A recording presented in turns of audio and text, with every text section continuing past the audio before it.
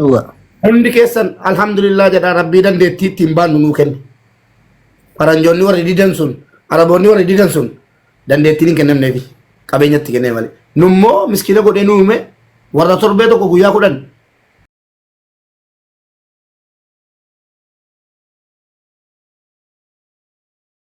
بلا موت مساجي في غراجي لين چكيا ايه مساج maaliif komentii isa awaardii jala gateeti ati warra kairooti silaalatu dhimmi dubai jettee na salphifte kun dhugaa jiru ammallee komentii hin dileet gootere wallahi hin goone akkamitti godha garaa maalii na danda'a nan kolfaara ati na biraa hamaa jirtu ati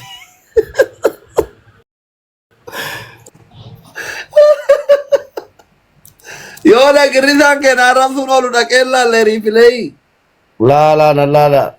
la kibboba girisaan arrabamni isaa miti wallahi ati umurii kee sineebbisa amiin jedhime sineebbisa amiin jedhi ante masaji harki masaji si gorai doktor ame doktor masaji goriye enun harka ko la rabbi jadi banate kimai mana wadan wadde buno arkasi me mata na ebisi me mubarak maga ke makalin ko te mashallah na ebisi umurii kee dheeratu amin waa yaadde wal ga'i amin lama kadhataa rabbi dangana ol ka'ee dhaabadheen siin gadhu rabbiin kadhataa sen jedhe eeshi haajaan kee abo amin mucayyoo amiin jedhe amiin gadi qabdeemu subhaanallah maalikin hin jeemade ol qabeeriin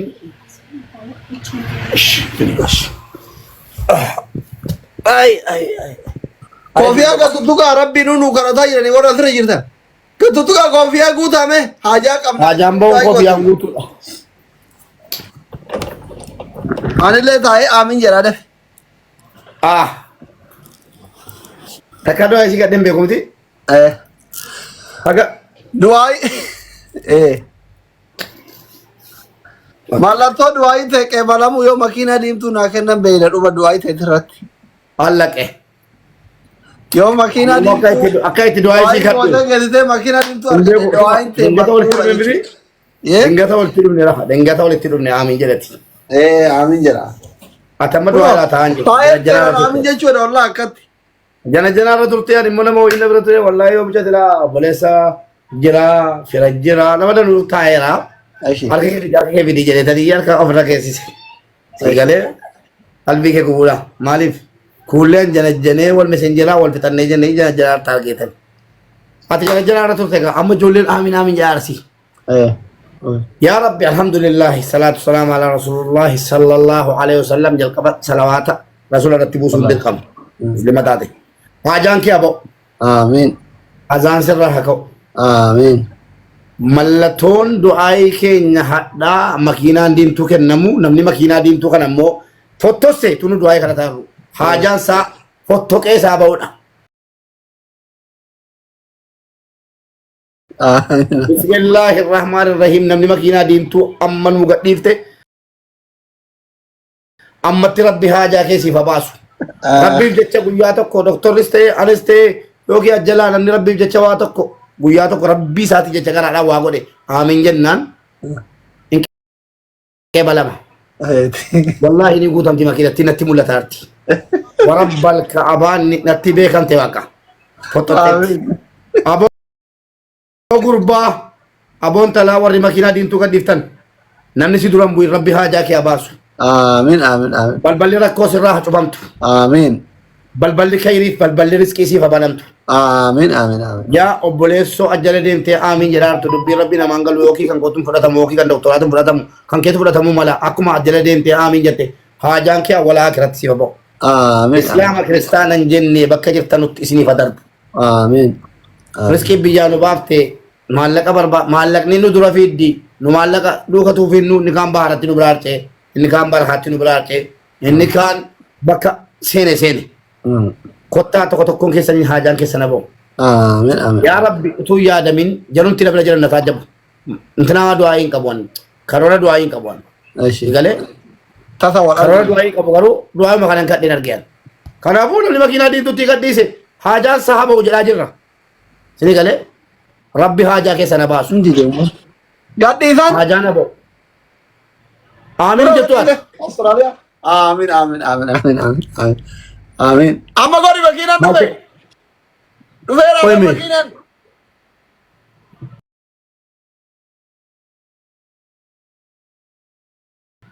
Wallahi jedhi.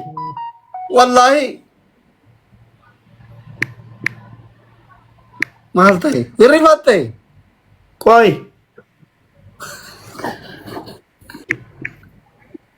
Wallahi gadhiisanii. Subhanallah wallahi billahi. Gadhiifameera qoy. Wallahi gadhiisanii. Hin agarree? Qalbina cabsee bichi. Warabbal Kaaba. Waan ta'e hin beeku kunoo ijoollee karoora du'aa qabna. Karoora qabna. Inuma ayyuu nan haaraa jira. Dhaggeeffadhatti. Taarikiin sitti hima. Achumaan ani waan gumatee wayitaa ciisee asabee haaraan jira. Idarisi kuma 15 qaxxaamee birri kennee fi deebi'ee gachiisaa dhangala'e naan hin galin taa'ii naam naan jedhani. Achumaan taa'ee kadhee si argee achumaan galee du'aa hin kadhan jedhe. Wallahi makiinaa diimtuu amma ofii kan gadhiisuudhaa seenee waan sini bondite. Warab kanaafan maal taate naan jettu ofii gadhiisuu kan ture. Isma luguma wallahi. Abbo hajaan saaboo qaba bismillahirrahmanirrahim. Amiin amiin. Abbo bismillahirrahmanirrahim yaa rabbi si jecha guyyaa tokko si jecha sujudii bulee ta'a. Guyyaa tokko si jecha sodaa keetiif jecha ati waan kayrii nuuf toltuuf jecha wama gaarii wal nuuf taatuuf jecha guyyaa tokko tarii bishaan kubbaayyaa tokko miskiina tokko itti qabneera ta'a. Hin beekamu dubbiin rabbi. Namni waggaa 10 waggaa 7 guutuu namaaf jechuun hojjetu. Dinga tokko dogoggoree guyyaa tokko rabbiif jecha yaa rabbi amaanattii si biraa qabnu sana laaliiti. Haajaa keessan tokkoon rabbi habaasu. Yaa namticha mookii abbaa taate ta'e ajala deemtee dhaggeeffattee aamin jettee makiinaa diimtuu nun saalfachiifne. Austraaliyaa. Austraaliyaa rabbi duniyaa akiraa sin saalfachiisin. Amiin amiin. Rabbi duniyaa akiraa sin saalfachiisin. Amiin amiin. Yaa rabbi si kadhannee saalfannee hin beennu an ofiifan kennan jedhe waan si dhibu akkaawuntiin koo leenca kennaa oolu warabbal kaabaa indide gadhiisullee. Aboo bismillahirrahmanirrahim ella Austraaliyaa rabbi haajaa kee baasu. Warra jala deemtanii aamin jettan guutuun tarii nu zambii qabnaa isin immoo zambii qabdan ta'a aamin jettan rabbiin nurraa haqee balu. Amiin amiin. Namni 500 kun haajaan isaa 500. Haajaan isaan beekamu. Kottu bakka jirtutti tokkoon keetiin rabbi haajaa kee baasu. Kana jala deemtee ay du'aayin kun nagaxameera. Akkamittan ol galeetti madda jedhaa jirtu. Bismillahirrahmanirrahim yoo dhibee qabaatti dhibee kee. Yoo haadhaaf abbaan qabaanne haadhaaf abbaa keetii rabbi rahmata godhu. Amiin. Doktor Asliinaan hangafee anaan namoota haadhan qabne guutu rabbiin duniyaa irratti dheetu wal dheebonnu tu biyya namaarra dhamaanu. Duniyaa yoo argatte ilmi hiyyeessaas ilmi sooreessaas duniyaa yoo argatte maal itti goota yeroo jedhan ijoollummaa haadha kootiif mana ijaara itti ijoolleen daa'imni. Maal goota duniyaa yoo birrii argatte imammaa kootiif mana ijaare imammaa kootiif uffata bite jetti daa'iman jechuudha. Sana nu keessatti hafe.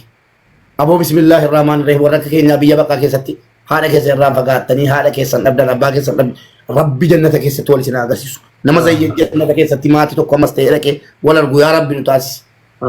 Tokkoon haadholii keenya du'anii abboolii keenya du'anii qabrii keessa ciisanii jiran rabbiin caffee jannataatiin nuuf asimatu. Yaa rabbi qabrii jaraa itti ballisi. Hin beekamu dingatan nufe waliigalleen numne rabbiin tuun beekamiin haajaa keenya tokko nuuf baasu. Kottaa tokko rabbi sina milkeessu. Yaa rabbi haajaa baasi. Yaa rabbi azaakaasi. Yaa rabbi du'aa dheeressi umrii keenya nu dheeressi.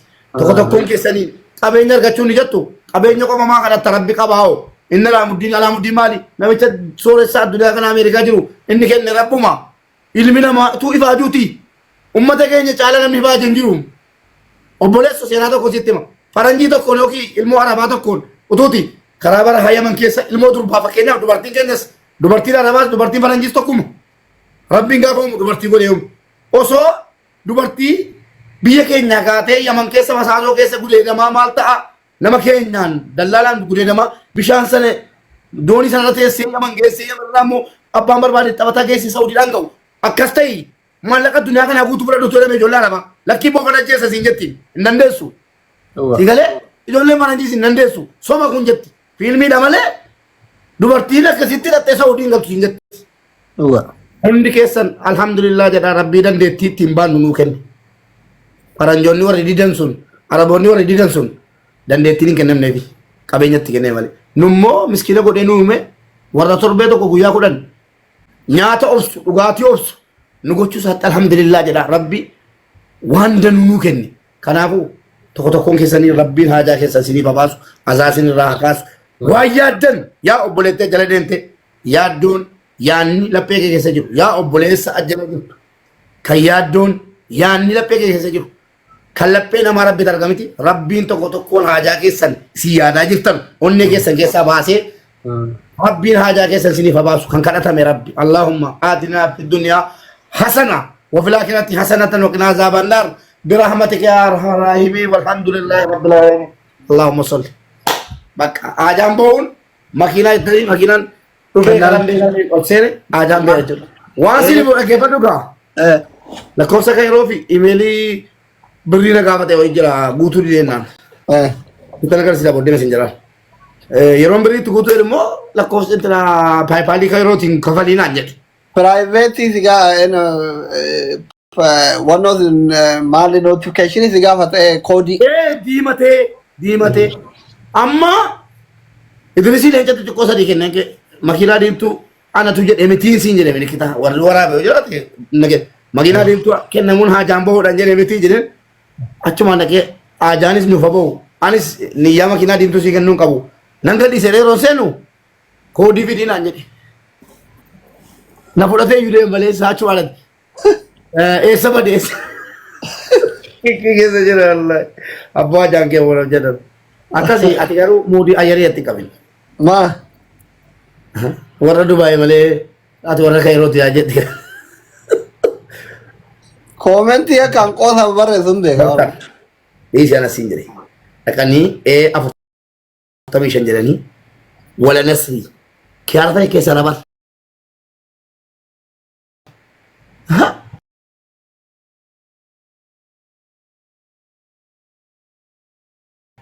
Ansi bakka bu'ee na jira.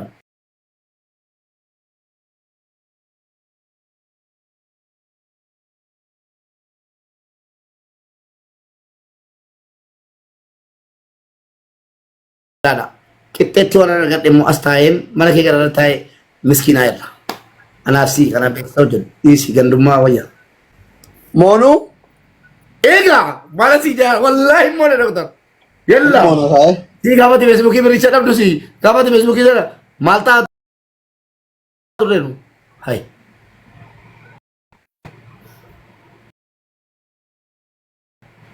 Ustaz.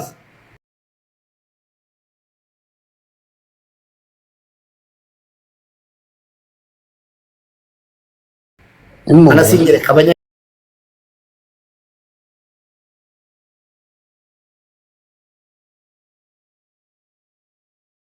keenyaaf gaariidha.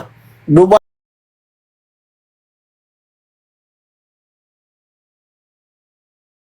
kolonii keenya jala buluu qabdi.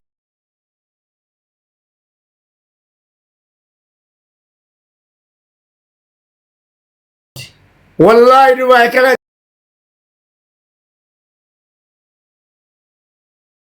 jedhani. Gurraatti keenya jala buluu qabdi.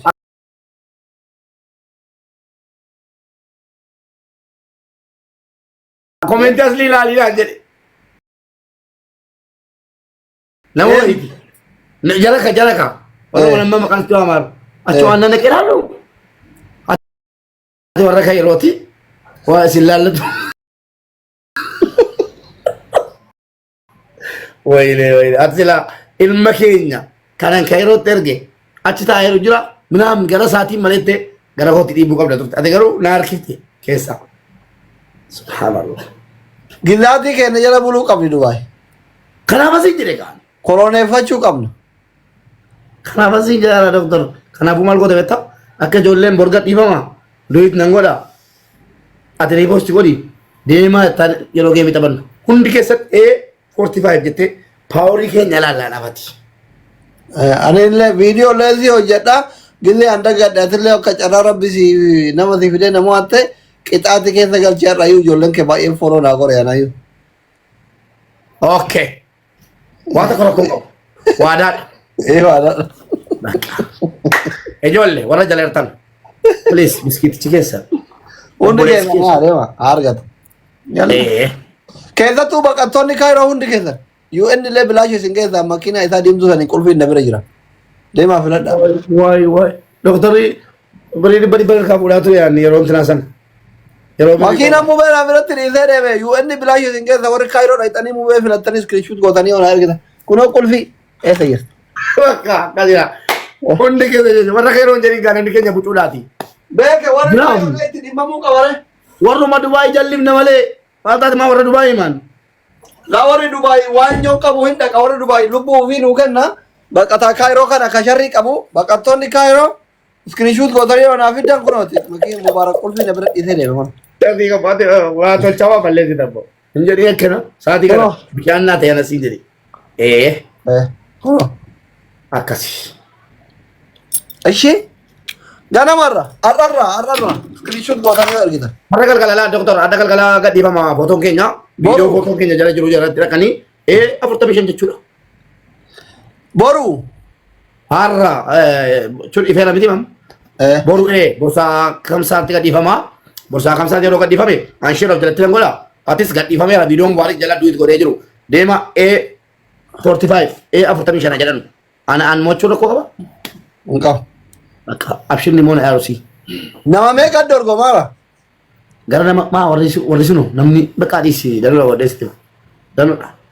Garuu qoosadha. Na dhagayaa Oromoo. Qoosadha. Wallaahi baay'ina miliyoona 70 jettan kana. Mubaarakis haa ta'u. Nasiifis haa ta'u. Saamii Kingis haa ta'u. Naayilaanis haa ta'u. Dirqama moo'uu kana ijoolleen Oromoo yoo moo'amne isin duutan uummata jiru hundee. Ayyee waan sitti baqatu. Abbaa fedhe haa ta'u. Laa si duran dhaabadhaan. Ijoolleen Oromoo mo'achuu qabdi garuu. Si duran dhaabadha. Maaliin naan jedhi. Eesh. Wallaahi ati na beekta bareechite. Haasidummaa takka aga walitti harree wali mannu iyyuu haasidummaa wali manne nafsi. Ala feetan kiyaarii amo'atu. Geesselaa waan sitti maara. Abbaan fedhe amo'atu. Nurkaan bahini baay'ina keenya fayyadamnee gaazii dabarsite abbuma jaallata kan na jaallatu dhibba jira doktor. Atuu yoo dorgomte kas jaallatu dhibba jira kan nasii jaallatu dhibba kan jaallatu dhibba namni keenya faca'ee mun faca'e wanni nu nyaatamaa jirru faca'insa namaati. Kanas eenyu dorgomu nutti ma eenyu dorgomu nama tokko nu kennaati keessaa aranna keessaa baana yookiin immoo abbichaa hojjenna nutti ma eenyu dorgomu. Amma yoo maa ka jarallee faffaca'ama. Ana jala koomenti jala dhaqi ilaali ija keetiin mubee laffayin qabalutu moota namni kan biloo keena jala wallaahi laazii dhaqi ilaali ammayyuu mubee qabalutu moota jedhaa jiru jarra akkas wal godhu. La abbaan barbaade amoota ila asli jala nasri jala feetan kiyaar jala rakkoon qabu garuu nan tokko nu keessaa ajabeessu. Isin ijoolleen Oromoo nama baay'ee dorgomee bara. Kanaaf asiin jedhe kaa faca'ee kan namni keenya mootamuu keenya shakkiin qabaatiin mubaarik maal jedhe jedhe yoo namni keenya moote puu nama keenya maaf dorgomsiisan beektaa dhagayi nu jaallatanii seen nama 100 jala dorgomsa abbaa barbaade ta'u an keessaan baa'u barbaade akkamitti namni kudha wayii namni keenya dorgomsiifame kabiraan buna lama sadii ta'a siingaluu asumatti maa dubbiin bakka kudha itti facaanee jechuudha siigalee ulaagaa foloowarii meeqa ol ta'uudha foloowarii tun taane achi jala galanii namoota ijoollee mana madaam kaddamu namoota ijoollee mana madaamiiti sagalee ta'u tiktaakara keessaa tokko filadhaa jedhame namni keenya itti haramee jira anadhaan itti galfame laa engaddan galfamne guyyaa meeqaan dura galfamne hadha na galchani inni suu jedheen dorgomi ummata keenya viidiyoo sana argitatti hojjedhe yeroo dhaqee immoo ilaalu wanticha akka nama yaade maalatti fakkaate baqa nasrii jira jaallattoota qaba nasrii qobaatti anis qobaattan qaba yaar qobaatti qaba abbaan giddii qobaatti qaba hundinuu nama meeqa namni keenya naayilaan jira ishoo mucaan tokkollee jira anamma ijoollee hiriyoota kiyyaa fakkeenyaaf Ati Kanaafuu jira, obboleessa Nasri jira, keessaa Kiyaal jira, Abbaan Gibbii keessaan jira. ba'a obboleessa. Sababa kun godhan hedduu waliin Nama tokko godhaan jabina keenyaan, humna keenyaan. Gugurree Tokkoomnee jira, keessattuu tokkollee immoo jira. waan namni keenya, waan namni biraa keessa jiru. Nuti nama akka tokko jennee Oromootti wajjin hunda filachuu hin dandeenyu. Namni tokko jira, tokko filata. Eegaa. Akkaawuntii garagaraati yoo isin filanne hoo tokkoon asii tokkoon naayilaan. Hin ta'a tokkooma sadiitti badhaasu isaan immoo namni keenya hin godha. Akkas goone akkas yoo goonellee abbaan Laala keenya dhaggeeffadhu tokko sitti hima. Immoo waarii kumaal jedhee jedhe yoo maquma keessa nu galchan malee nama tokko wayi. amma warri akkanaa kun fa'aa giraa itti galee filachuun isaa